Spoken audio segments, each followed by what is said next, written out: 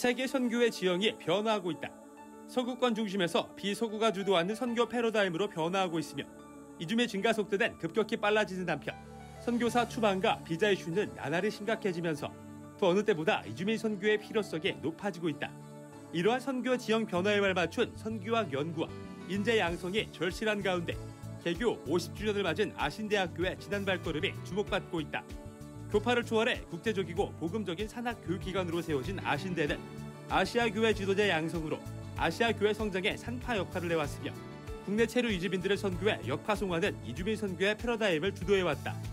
이에 한국교회를 노나다에서는 변화한 선교 환경을 짚어보고 한국교회 선교 사명을 감당할 미래 인재 양성을 위해 교계와 학계가 어떤 노력을 기울여야 할 것인지 함께 논해본다.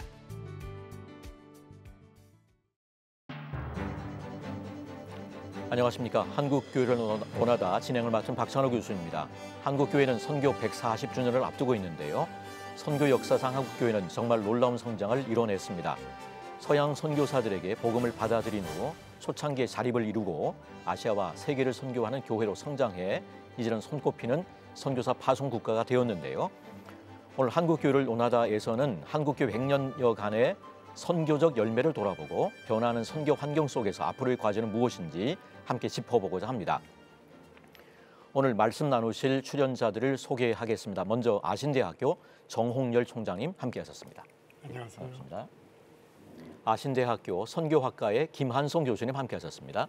안녕하세요. 예, 반갑습니다. 그리고 한국선교훈련원의 남경우 원장님 함께하셨습니다. 안녕하십니까. 예, 함께 자리하셔서 감사합니다.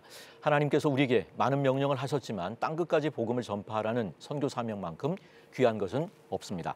정홍열 총장님께서 한국교회에 주어진 선교 사명이 얼마나 귀하고 중요한가 먼저 짚어주시면서 오늘 이야기 열어가면 좋겠습니다.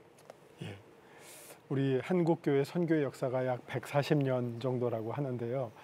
사실은 그보다 앞서서 아시아 다른 국가들에게는 더 선교의 역사가 오래되고 일찍 시작됐지만 유독 우리 대한민국에서 이렇게 선교의 부흥이 일어나고 교회의 부흥의 역사가 일어난 것은 특별한 배경과 은혜라고 생각합니다. 일제강점기 때 우리가 고난의 시간, 또 6.25, 또 혹은 경제 급속한 성장기 이런 시대를 겪으면서 어떻게 보면 우리 기독교가 동행해 왔다고 역사의 힘든 순간과 또 행복했던 순간들을 동행하면서 같이 더불어 성장했다라고 볼 수 있고요. 또 한국 사람들의 심성에 또 어떤 열정적이고 또 어떤 종교성을 추구하는 마음과도 잘 어우러졌다고도 보고요. 또 처음에 우리 복음을 전해주었던 외국 초기 선교사들의 정말 헌신과 그들의 우수함 그런 것들이 또 많은 선교의 열매를 이끌어내는데 큰 헌신이 되었다라고 봅니다. 그 결과로 우리가 많은 한국교회 성장이 있었고요. 그런 빚진 마음을 가지고 이제는 한국교회가 다른 아시아와 세계 선교를 위해서 지금까지 또 헌신해 왔다라고 생각합니다. 그런 의미에서 특별한 의미가 있다라고 생각합니다. 예, 우리나라에 복음이 들어온 지는 이제 140년 가까이 되는데요. 그렇다면 우리가 처음으로 선교사를 파송한 것은 언제인지 또 한국교회 선교 역사 김한성 교수님께서 간단히 짚어주시면 좋을 것 같습니다. 예, 총장님께서 말씀하신 것처럼 한 140년의 우리 한국 기독교 역사잖아요. 이 한국 기독교 역사에서 우리 한국 교회를 말한다면 성경교회, 성경기독교라고 얘기할 수 있을 거고요. 그리고 또 하나 짚을 수 있는 것이 선교하는 교회였다라고 얘기할 수 있을 것 같습니다. 140년의 역사 중에 선교한 것은 110년이 넘으니까요. 예. 1913년도에 세 가정을 중국 산동성으로 파송을 했죠. 예, 조선 장로교회가요. 그래서 40년을 넘게 중국에서 사역을 하셨고 또 6.25 전쟁이 끝난 복음을 받은 다음에는 지는 한 30년 지났을 때 선교사를 해외로 파송을 했군요. 그렇죠. 예, 예. 그렇죠. 그리고 6.25 전쟁이 끝나고 그 전쟁의 상처가 많을 때에 태국으로 선교사님들을 파송을 했고요. 또 60년대에는 고 전재옥 교수님, 선교사님으로 학생들과 함께 파키스탄으로 파송을 했었고요. 그러면서 이제 조금씩 이 선교사의 숫자가 늘어갔습니다. 그래서 1979년이 되면 93명의 선교사를 파송을 하고 있었습니다. 그런데 80년대, 90년대, 2000년대, 2010년대 40년 동안에 22,000명의 선교사로 폭발적이네요. 폭발적으로 증가를 합니다. 이거를 좀 수치로 얘기를 하면 40년 동안에 220배의 선교사의 증가가 있었다. 그렇게 말할 수 있겠습니다. 예. 90년대 말 2000년대 초에는 우리나라가 선교사 파송국 1, 2위를 다툴 정도로 세계 선교에 힘을 쏟았는데요. 그 후 세계 선교 지형에도 많은 변화가 있었습니다. 특히 코로나 팬데믹 이후에는 확연히 달라졌다고 하는데 이 달라진 선교 환경에 대해서 남경호 원장님께서 한번 말씀 나눠주시면 좋겠습니다. 가장 두드러진 특징 중에 하나는 서구 기독교가 규범이 되었던 시대가 끝나고 세계 기독교의 전환이 이루어진 것입니다. 다시 말하면 예전에는 프론티어였던 곳이 선교의 중심지가 된 것이죠. 선교의 무게중심이 서구에서 비서구로 옮겨왔는데 1900년에는 82%의 그리스도인이 서구에 있었습니다. 그런데 현재는 한 33%가 서구에 자리하고 있고 67%의 비서구의 그리스도인이 자리하고 있습니다. 3분의 2 세계, 그러니까 세계가 이미 비서구의 그리스도인과 3분의 2의 선교사의 수가 비서구에서 나오고 있다는 점에서 아주 큰 지형의 변화가 있다고 볼 수 있습니다. 그와 더불어서 이주민이 한국에는 한 250만 명 있거든요. 또 한국의 디아스포라는 750만 명이 나가 있습니다. 전 세계적으로는 3억 정도의 이주민이 있고요. 그런 면에서 선교 지형의 변화가 해외 선교에서 타문화권 선교 시대가 되었고 어느 곳에 가도 선교 지민을 만날 수 있는 그런 시대가 되었다는 점에서 지형의 변화가 있고요. 한 가지만 코로나와 관련해서 이야기한다면 하나님께서 코로나를 통하여 선교의 주인이 누구신가를 분명하게 드러내신 것 같아요. 올스탑이 된 그런 상태에서 how to, 어떻게 선교할 것인가라는 고민을 했던 선교사와 선교 단체들이 이제는 선교가 무엇이고 왜 선교를 해야 하는가라는 새로운 성찰이 일어났다는 점에서 코로나가 저희에게 준 선물이 아닌가 생각해 봅니다. 예, 한국교회를 논하다 오늘은 한국교회 선교 사명과 전망, 앞으로의 과제에 대해서 함께 말씀 나누고 있습니다.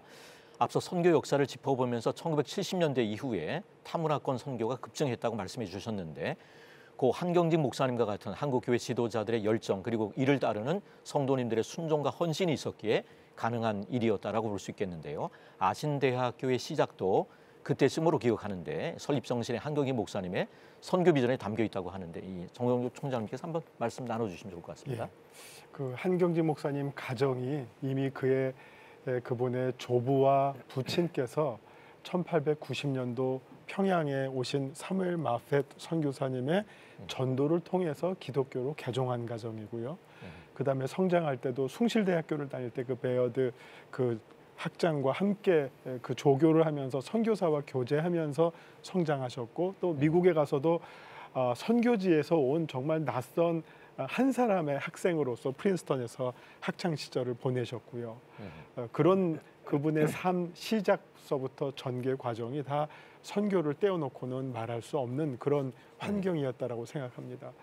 그 다음에 이제 공부한 다음에도 우리 30년대 한국에 귀국하셨지만 이미 50년대서부터 미국 선교부 파송에 어떤 프로그램에 참여를 하셨어요. 그래서 중요한 사건이 50년대에 아프리카 그 국가 선교사 대회에 참석을 해서 정말 충격적인 경험을 하셨는데 그게 뭐냐면은 선교 모라토리움을 경험하셨어요. 그러니까 서구 선교사들은 이제 돌아가라.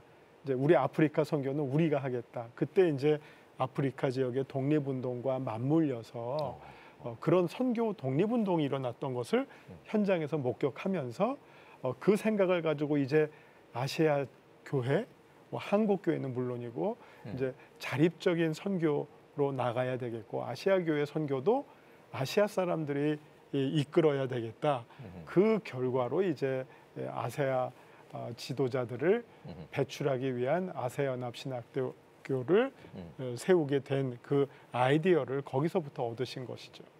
아세아 연합신학대학원을 세우자. 연합의 의미는 어떤 연합이죠? 그게 이제 그 학교 우리 원래의 이름 가운데 학교의 설립 정신이 다 들어가 있는데요. 아시아 교회 지도자들을 키우기 위한 아시아의 교육기관으로서의 아세아. 그다음에 연합이라고 하는 것은 당시 우리 학교가 시작했을 때 준비 과정서부터 학교가 세워졌을 때 60년, 70년대가 한국 장로교 분열사예요. 분열 시기예요.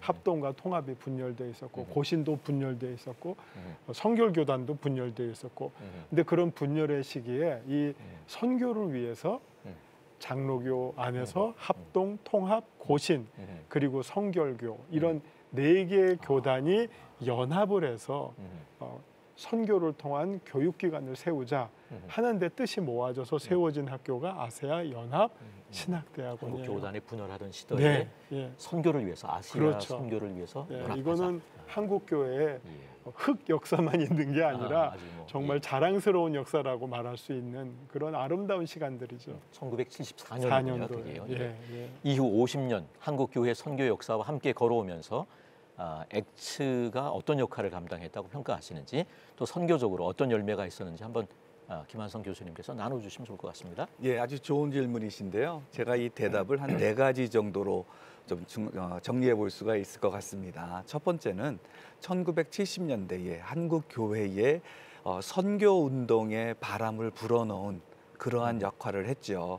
그러니까 교육기관이 어떻게 그렇게 할 수 있었을까 생각할 수가 있는데 교육을 하면서도 한편으로는 아세아 복음화를 위한 기도회, 아프리카 선교를 위한 기도회 어떤 이러한 것들을 했고 지금은 뭐 초대형 교회 목사님들이죠.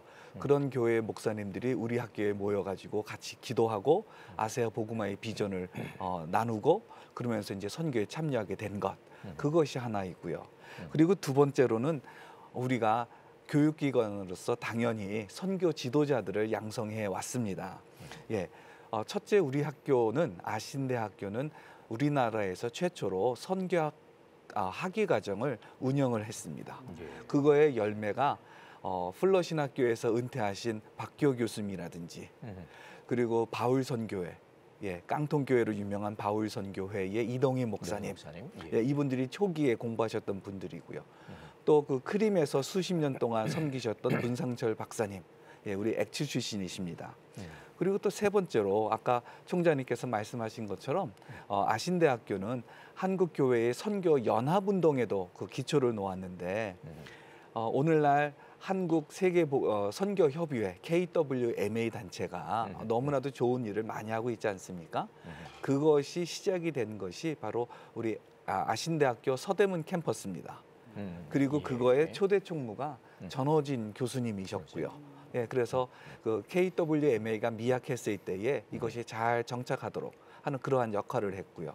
그리고 이제 또 하나 마지막으로 얘기를 한다면 국내 고등교육 기관으로는 아마 최초로 영어로 외국인들을 가르친 학교가 아닐까 싶습니다. 예, 이것이 얼마나 큰 의미가 있냐 하면은 한 명의 신학교 교수를 양성을 하면 그 사람이 30년 동안에 매년 20명의 학생들을 가르친다라고 생각을 해보세요. 그러면은 600명의 학생을 가르치게 됩니다. 그러면 그 600명의 이 제자들이 목사가 되어서 또 몇 명의 교회를 또 이 운영을 한다고 생각을 해보세요. 그러면은 50명으로만 잡자고요. 그러면 3만 명의 성도들에게 영적인 이 양육을 하는 그런 목회자가 되는 것입니다. 그러니까 우리 학교에서 그동안에 가르친 학생이 560명 정도 되는 거로 650명 정도 되는 거로 알고 있는데 아시아 각지에서 예, 온 아시아, 사람들. 아프리카 여러 나라에서 온 분들인데 이분들이 신학교를 설립해서 운영하기도 하고요. 아니면 기존 신학교에 가가지고 거기서 신학교 교수를 하기도 하는데 이러한 분들이 우리는 650명을 가르쳤지만 그 사람들이 만들어내고 있는 이 교육 열매를 생각을 하면 엄청난 성과를 한 것이죠. 예, 정홍용 총장님께서 한번 더 부연해서 전해주시죠. 처음부터 시작할 때부터 영어로 국제화를 표방했기 때문에요. 각 아시아 지역에서도 아무나 올 수 있는 것이 아니라 정말 선교사라든지 여러 교육기관과 교단의 추천을 받은 우수한 인재들이 우리 학교를 찾아왔고요. 그래서 50년 동안 저희들이 이 외국인 교육 프로그램을 국제교육 대학원을 운영하면서 단 한 명도 비자로 인한 불미스러운 사고가 한 명도 없었어요. 공부를 못해서 고국으로 돌아가는 학생은 있어도 정말 요즘 많은 우리나라 국내 대학들이 외국인 학생을 수입원으로 생각하잖아요. 공부하러 왔다가 딴 데로 그렇죠. 딴 데로 세고 돈 벌러 빠지고 그런 하는데 일이 우리는 정말 50년 동안 단 한 명도 이런 사고가 없이 정말 오직 선교와 교육 훈련에 집중을 해서 여기서 훈련받은 좋은 인재들이 다시 고국으로 돌아가서 교단에서 아니면 기독교 대학에서 아니면 신학대학에서 교수와 총장으로 수많은 성공적인 사업들을 하고요. 예를 들면 우리가 물론 한국인 선교사를 파송하는 일을 멈출 수는 없죠. 그것도 나름대로 의미가 있지만 효과를 생각한다면 한국인 선교사 한 사람과 한 가정을 파송하는데 얼마나 많은 경비가 들어요. 근데 우리는 처음부터 외국인 학생을 우리 학교에 초청을 해서 여기서 전액 장학금으로 교육을 시켜서 다시 파송하면 이 사람은 자기 고국이기 때문에 전혀 언어나 문화나 어려움이 없단 말이에요. 그래서 단지 부족했던 신학 교육과 아니면 경건 훈련 또 어떤 교회에 대한 다양한 체험들을 한국 교회와 우리 학교를 통해서 얻은 다음에 돌아갔을 때 얼마나 많은 일을 할 수 있습니까? 그런데 거기에 들어가는 실질 경비는 한 학생당 약 한 1,500만 원 정도? 그 정도면 1년에 1,500에서 뭐 많아야 2,000? 그 정도의 우리가 장학금으로 키우면 그 학생이 수많은 열매를 나타낼 수 있다는 거죠. 이게 그런 경우에 교회들이 매칭이 되겠네요. 그렇죠. 교회들이 한국 교회 여러 후원을 받아서 외국인 학생들을 키우는 일에 저희가 이 일을 감당해 온 곳은 어떻게 보면 초기 우리 학교를 이끌었던 세웠던 한경직, 사무엘 마펫, 한철하, 그다음에 우리 또 성결교회 정진경 목사님, 또 조종남 박사님, 또 김의환, 김의원, 또 오병세 이런 어떤 정말 한국교회 대표적 어른들의 앞서갔던 생각들 덕분이 아니었나 그런 생각을 합니다. 남경욱 원장님께서는 이전에 인도네시아 선교사로 사역하셨다고 들었습니다. 선교사로 파송되기 전 학교에서 어떤 훈련과 준비 과정을 거치셨는지 또 이후 현장에서는 어떤 은혜와 깨달음이 있었는지 한번 나눠주시면 좋을 것 같습니다. 네, 저는 93년도에 신학과에 입학을 했는데요. 신학 외의 과목들을 많이 들었어요. 선교 영어, 선교 역사, 문화인류화. 그래서 그런 커리큘럼에서도 실제적인 도움을 받았고요. 그런데 사실 그러한 포멀한 교육 안에서만 도움을 받았다기보다는 교수님들과 학생들 간의 그 공동체성, 그 공동체가 가지고 있는 인격과 분위기 안에서 선교사로서의 좋은 양분들을 경험했다는 생각을 해보게 됩니다. 그러니까 엑츠가 세워진 그 아신대학교가 세워진 목적을 따라서 예배도 영어로 같이 드리고 기숙사도 우리 외국인 친구들과 함께 지내고 또 밥도 같이 먹고 학교 자체가 선교적 분위기네요. 예, 그렇죠. 예, 그런 분위기 속에서 오히려 몸에 이렇게 자연스럽게 젖어들었던 것이 아닐까 이런 생각을 해보게 됩니다. 그래서 교수님들이 정말로 이렇게 사제지간의 그런 우정을 깊이 나누어 주셨고요. 저희 엑츠 그 공동체 신앙 그 동아리 가운데에도 날마다 외국 선교지를 위해서 기도하는 그런 모임들이 있었고 그 안에서 정말 많은 선교사 우리 친구들이 생겨났어요. 그런 의미에서 학교의 커리큘럼 말고도 non-formal하고 이런 인포멀한 그런 모든 영역 속에서 어쩌면 선교지에 갈 수 있는 그 양분들을 공급받지 않았나? 이런 생각을 해보게 됩니다. 커리큘럼도 중요하지만 비교과 과정을 통해서 그렇죠. 귀중할 수도 있겠네요. 예, 그리고 저는 또 그 선교지에 관한 얘기를 나누셔서 저는 인도네시아로 바로 가려고 했는데 하나님께서 안산에 있는 인도네시아 이주근로자 교회 목사로 불러주셨어요. 그래서 안산에서 한 5년 정도 한 70여 명에서 한 100여 명의 인도네시아 성도들을 양육하고 특별히 이주근로자 노동 상담센터를 섬기면서 날마다 무슬림들과 만날 수 있었어요. 그 가운데 이제 언어나 문화를 미리 준비했고요. 남부 수마트라에 있는 한 미전도 종족으로 제가 이제 인도네시아 이주근로자 섬기기 전부터 마음에 품었던 그곳으로 가서 무슬림 지체들, 이스마엘의 형제들을 섬길 수 있는 그런 특권과 기회를 누렸습니다. 인도네시아를 조금 더 소개해 주셔도 좋을 것 같긴 합니다. 뭐 네. 최대 이슬람 국가인데. 네, 인도네시아는 이슬람 국가는 아닙니다. 민주주의 국가입니다. 그러나 2억 8천만 명이 있는 무슬림 국가, 무슬림이 가장 많은, 그리고 무슬림의 세계에서? 가장 큰 조직이 있는 에누라는 조직이 있는 그런 나라입니다. 그렇지만 인도네시아는 민족주의 이슬람을 지향합니다. 그리고 민족주의 이슬람. 예. 네, 그래서 우리가 생각하는 그런 아주 레디컬한 그런 무슬림들은 아니고요. 대체적으로는 포크 무슬림이라고 불리우는 민속 이슬람의 형태를 가지고 있습니다. 예, 이제 아시아 교회가 많이 성장했습니다. 오히려 서구권 교회보다 더 많은 선교사를 파송할 정도로 선교적 역량이 커졌는데 이에 대해서 어떻게 생각하시는지 정홍juk 총장 한번 나눠주시죠. 예, 그 뭐 방금 우리 남경호 선교사님 인도네시아 말씀해 주셨는데 사실은 인도네시아에는 크리스찬의 수가 우리나라에 거의 한 3배는 될 거예요, 그죠? 훨씬 많죠. 훨씬 예. 많습니다. 그리고 세계 최대 이슬람 국가인데 그 국가이면서도 안에는 기독교인들이 뭐 2천만 이상이니까요. 최소 10%라고 인도네시아 정부는 네. 10% 미만으로 늘 이야기하지만 사실은 15% 신고교를 다 합치면 인구 자체도 대국이죠, 인도네시아가. 그렇죠. 예. 그리고 인도네시아도 있죠. 또 중국에서도 뭐 삼자교회 있지만 또 지하교회 성도들이 성장하고 있고 이런 아시아의 어떤 기독교 선교의 환경이 이전보다는 훨씬 활발해지고 많은 선교의 역사가 부흥이 일어나고 있는 것은 참 감사한 일인데요. 한 가지 어려운 점은 그런 나라들이 부흥이 일어나지만 여전히 기독교의 환경이 박해와 어려움 속에 있다는 거예요. 반면에 우리 한국 교회는 많은 성장을 이뤘지만 최근에는 그 어떤 성장의 흐름이 지금 조금 동력이 상실이 되고 있고 그러나 어쨌든 우리는 어떤 신앙으로 인한 어려움과 사회 공적인 피해는 없는 그런 환경이기 때문에 그래도 선교할 수 있는 그 여건과 뭐 인프라라든지 인적 자원을 공급할 수 있는 곳이 그래도 우리나라 한국교회다라고 생각이 됩니다. 그래서 저는 선교와 교회와의 관계는 상호 선순환이라고 생각해요.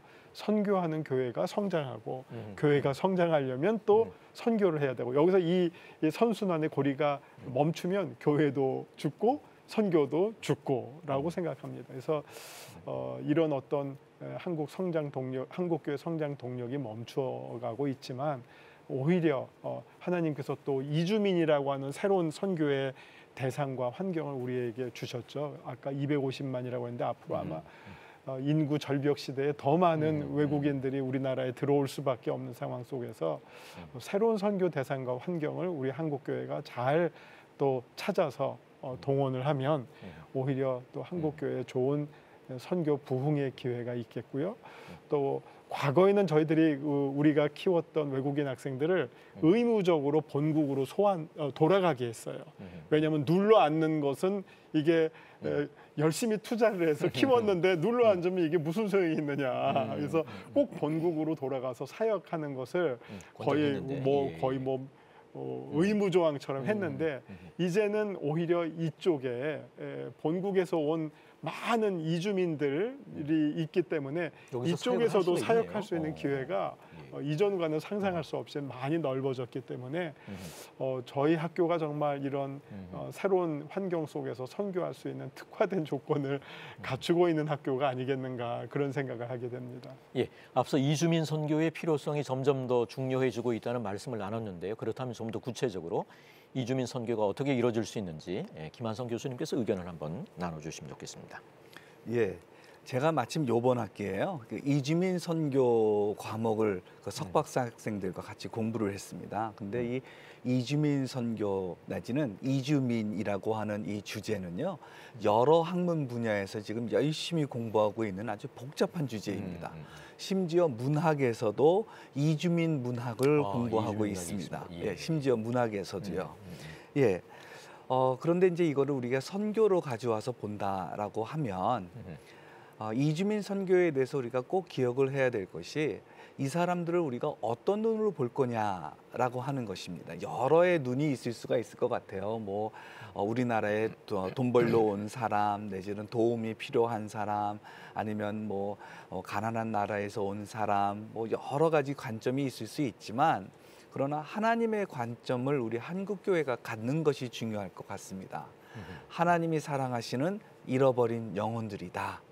마침 이 가난한 나라들이 기독교 국가이기보다는 비기독교 국가들이거든요. 힌두권 나라, 무슬림권, 아니면 사회주의권. 이러한 그 하나님을 알지 못하는 나라들에서 온 이주민들이기 때문에 이 사람들에 대해서 하나님의 관점을 가지는 것이 그 어떤 것보다 중요하다. 뭐 이런 생각이 들고요. 그리고 이제 이분들에 대해서 우리가 헌신과 열정과 사랑으로 접근을 합니다. 예, 저 개인적으로는 우리 한국 교회만큼 헌신과 열정이 있는 교회가 과연 있을까? 사랑은 많은 교회가 있는데 헌신과 열정은 한국 교회만의 독특한 특징이 아닐까? 저 개인적으로는 그렇게 생각을 하는데, 이 헌신과 열정 그리고 사랑으로 이주민 선교에 그냥 뛰어듭니다. 그래서는 안 됩니다. 예, 좀 대책은 좀 없는 맞습니다. 맞습니다. 예, 전략이 있어야 되고 또 이 사람들이 어떤 사람들인지를 알아야 됩니다. 예, 그걸 위해서는 우리가 공부를 해야 합니다. 학습을 할 필요가 예, 있군요. 공부를 하되 하나님 말씀을 공부를 하고요. 그리고 이 사람들이 어떤 사람들일까를 공부를 해야 되고요. 그리고 이 사람들에게 설득력 있게 하나님의 말씀을 전하는 방법이 무엇일까? 이런 거를 공부를 해야 됩니다. 그래서 비록 지금 이 이주민의 숫자가 급증하고 있지만, 그래서 해야 될 일이 너무나도 많이 있기는 하지만 그 일을 하면서도 한편으로는 좀 공부하는 시간, 그런 것들이 정말 필요하다, 이런 생각이 들고요.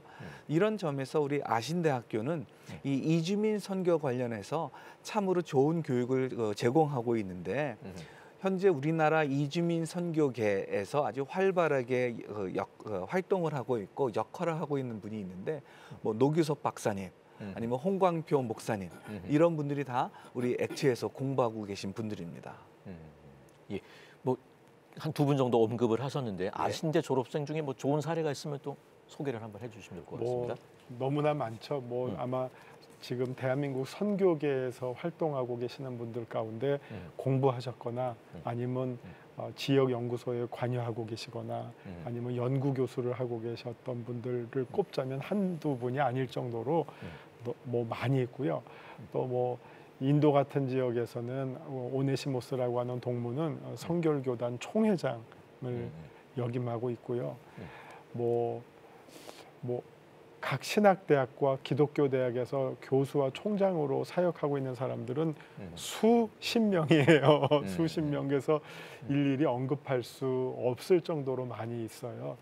그리고 또 한국인 졸업생들도 거의 우리 학교에 어떻게 보면 그 아세아 보고마라고 하는 공식 그 표가 있지만, 우리 학생들 사이에는 오늘은 다락방, 내일은 아세아. 우리 학교가 다락방이라고 하는 이제 중강당에 예배당이 있고 기도처가 있는데, 여기에서 학생들이 기도하다가 또 예배 보다가 소명을 받아서 선교사로 헌신해 나가 있는 학생들이 뭐 수백 명이에요. 그래서 가끔 인사가 오면 어디에서 인사 왔냐 그러면 뭐 아프리카 말리에서 인사 오고요. 그래서 언제 거기가 있니? 그러면 자기가 어떤 경우는 안수받은 목사도 아니에요. 그냥 평신도로 선교사로 헌신해서 사역하고 있다. 이런 졸업생들이 뭐 세계 도처에 있어서 제가 우스갯소리로 한국 사람이 있는 곳에 한인교회가 있다.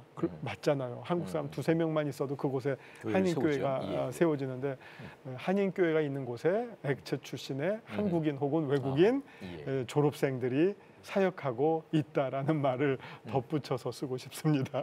예. 저도 또 소개할 그런 그 졸업생들이 있는데요.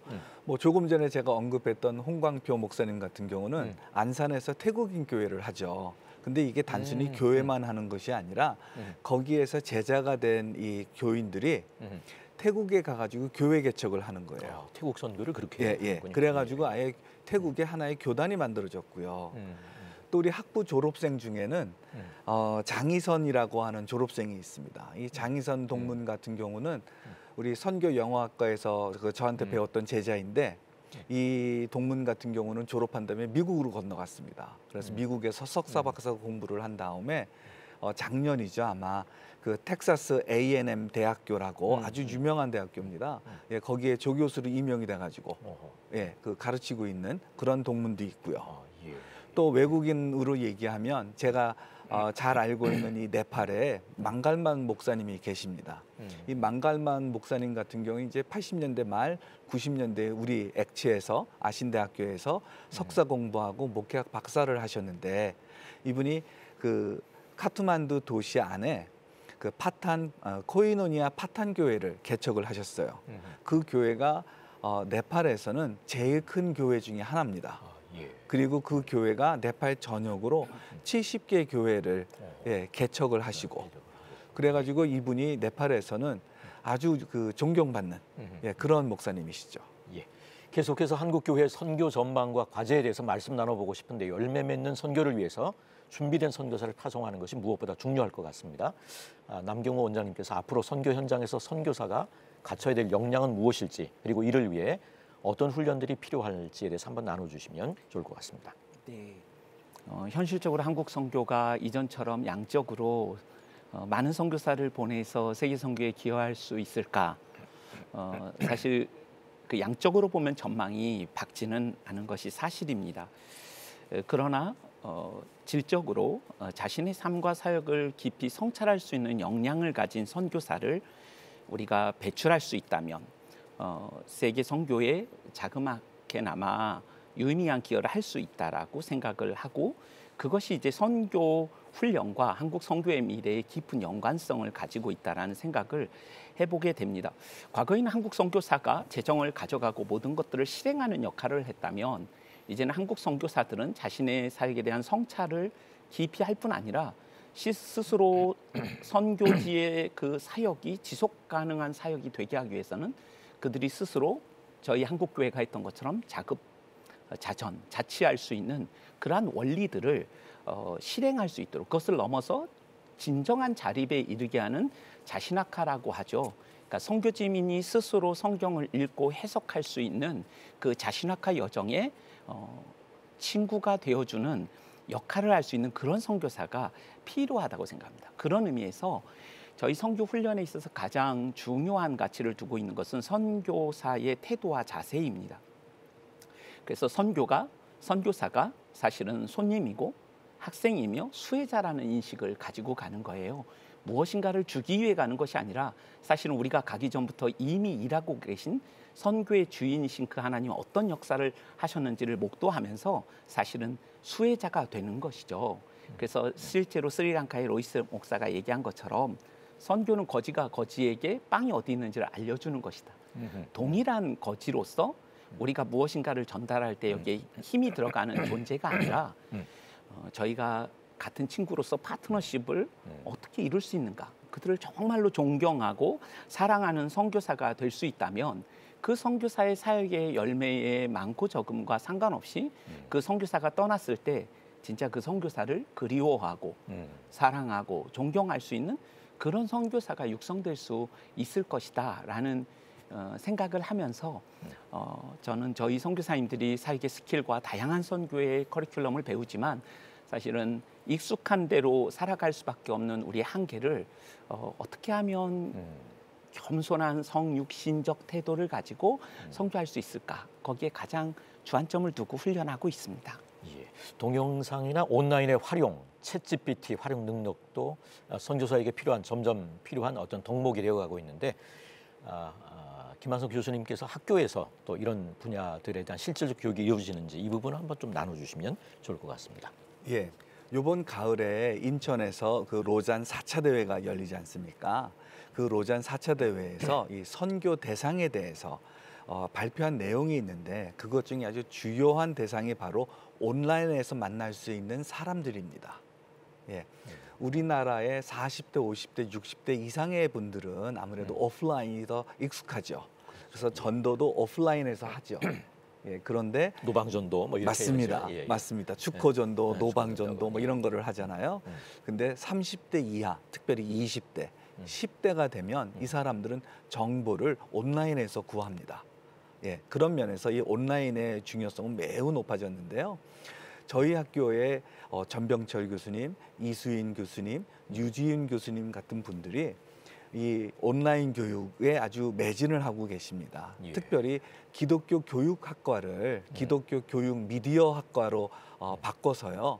이제 그 기독교 교육을 미디어와 접목시켜서 해야 된다. 아주 미래지향적으로 학과를 재편해가지고 운영하고 있고요. 그리고 이분들이 단순히 그렇게만 가르치는 것이 아니라 챗 GPT 목사님 안녕하세요. 뭐 이런 책의 제목도 만들어서요. 그런 책도 출판하셨고요. 또 작년에는 우리 아신대학교가 생성형 AI 활용 가이드라인이라고 하는 어떤 그러한 이 챗GPT를 우리가 어떻게 사용하면 좋을까? 기독교인으로서 또 기독교인으로서 그 학교에서 공부하고 있는데 이러한 것들을 어떻게 하면 기독교 양심에도 거리끼지 않고 또 이러한 새로운 것들을 잘 활용할 수 있을까? 이런 것들의 그 가이드라인을 만들어서 한국 교계에다가 제시하기도 했었죠. 예. 예, 선교 환경의 급변, 학령 인구 감소와 탈종교화의 확산 여러모로 어려움이 많습니다만은 선교적 사명을 감당하기 위해서는 끊임없이 또 쉼없이 달려가야 할 것 같습니다. 50주년 희년을 맞은 아신대학교 총장으로서 앞으로 100년의 선교를 바라보면서 어깨가 무거우실 텐데 어떤 방향성과 비전을 품고 계신지 정홍열 총장님께서 한번 나눠주시죠. 두 가지를 생각하는데요. 하나는 우리가 지금까지 말씀드린 것처럼 우리 한국 사회가 다인종, 다문화 사회로 급격하게 이제 변화될 수밖에 없는 환경이거든요. 그래서 이런 환경에 맞춰서 선교의 프로그램과 전략을 다시금 재정립해야 된다라고 생각합니다. 우리 학교에 현재에도 약 20여 개국에서 한 70여 명의 외국인 학생들이 오는데요. 한 학생당 물어보면요. 먼저 한 외국인 학생이 와서 놀라요. 왜 놀라느냐? 와봤더니 한 자기 나라 말고 한 거의 20개국의 외국인 학생들과 공동 생활을 하는 이 환경이 본인이 예상을 하지 못했던 거예요. 그냥 가면 한국 사회 안으로 들어가나 했더니 또 하나의 진짜 세계가 여기 다민족, 다인종 세계가 펼쳐지고 있는 거예요. 거기서 오히려 실질적인 훈련을 경험했다 하는 거고요. 덩달아서 우리 학교에서 공부하고 있는 한국 학생들도 우리 남선교사님처럼 환경 자체가 여기가 어떻게 보면 정치적으로 말하면 유엔 본부 같은 곳이고요. 선교의 유엔과 같은 곳이라서 여기에서 선교를 경험하고 느낄 수밖에 없거든요. 그러니까 여기에서 훈련받은 학생들이 이 다민족, 다문화 사회로 변하고 있는 우리 한국 사회에 선교의 어떤 일꾼으로 쓰임받을 수 있겠다. 그 준비를 하나 하고요. 또 하나는 좀 원대한 비전인데요. 어쨌든 우리 대한민국은 통일이라고 하는 주제를 놓칠 수 없다고 봅니다. 그러면 통일 이후에 한국 교회들은 어떻게 될까? 제가 예상을 해보면 각 교단마다 아마 평양에 아니면 평양 인근에 신학대학 지점, 평양 장로의 신학교, 평양 총신, 평양 백석 뭐 이렇게 다 지점을 평양 앞에만 붙여 그냥 땅 따먹기 하려고 난리가 날 것 같아요. 그런 어떤 통일은 됐는데 또 다시 교단이 분열된 모습으로 나누어지는 모습이 그려지거든요. 그래서 제가 갖고 있는 비전은 그냥 우리 평양에 아신대학교, 연합신학대학교가 세워서 또 하나의 또 연합이 거기서 이루어지고 단 안수만 교단별로 해주면 이게 통일에 어울리는 한국교회의 미래의 모습이 아닐까 그런 비전을 품어봅니다. 예, 계속해서 한국교회와 선교계 또 신학교가 함께 이루어가야 할 선교 비전과 과제에 대해서 자유롭게 말씀해 주시면 될 것 같아요. 예, 제가 한 두 가지 정도를 좀 선교를 연구하는 입장에서 말씀드리고 싶은데요. 첫째는 선교는 협력입니다.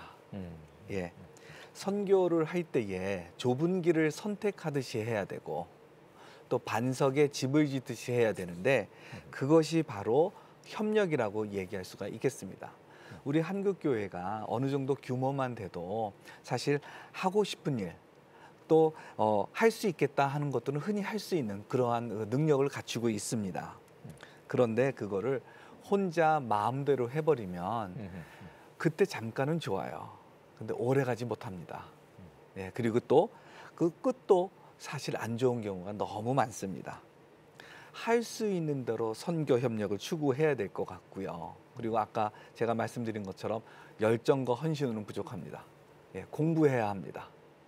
이거 한번 생각을 해보시죠. 성경을 백독한 장로님이 계시고 그 장로님이 1000개 성경 구절을 암송하고 계시는 분이에요. 근데 신학교육은 받아본 적이 없어요. 그분이 교회 개척을 하면 어떨까요? 좀 이상하죠? 예? 훌륭하시지만 마찬가지로 우리가 선교할 때에 선교에 대해서 공부를 하고 해야 되지 않을까 싶습니다. 이것이 바로 효과적인 방법인데 예를 들어서 공부 안 하고 선교하잖아요.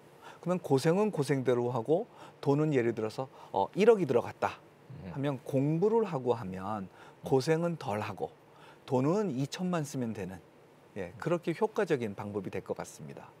예, 남경훈 선교사님도 한번 나눠주시죠. 예, 저는 한국의 지금 교회와 선교는 아주 밀접한 관계를 가지고 있지 않습니까? 그런 의미에서 한국의 미자립교회가 최소 50%에서 70%를 차지하고 있는 게 현실입니다. 그래서 많은 교회가 생존의 자리에서 밀려가고 있는 그런 상황인데, 그래서 저희가 가지고 있는 선교에 대한 이해, 교회에 대한 이해도 한국 교회가 크리스텐덤적인 사고 속에서 성장기에 형성된 사고를 갖고 있다고 생각합니다.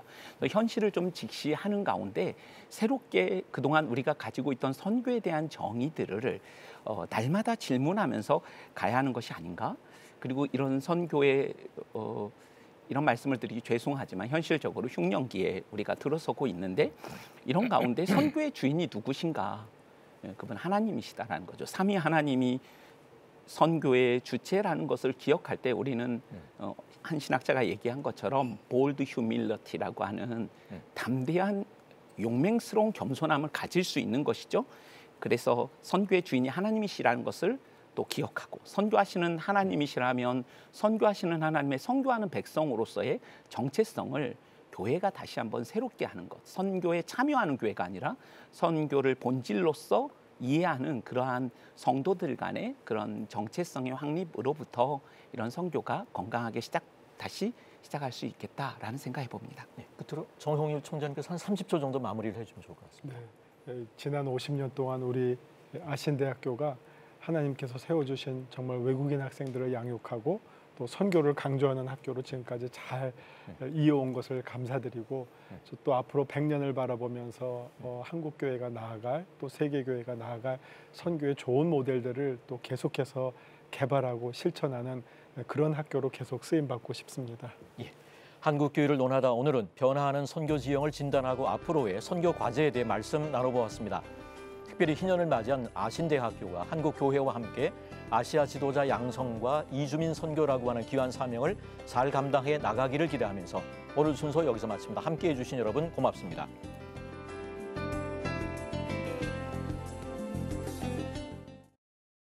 이 프로그램은 여러분의 미디어 선교 후원으로 제작되었습니다. 선교는 사명, 후원은 동역. 당신도 복음을 전할 수 있습니다. 선교 후원 02-6333-1003번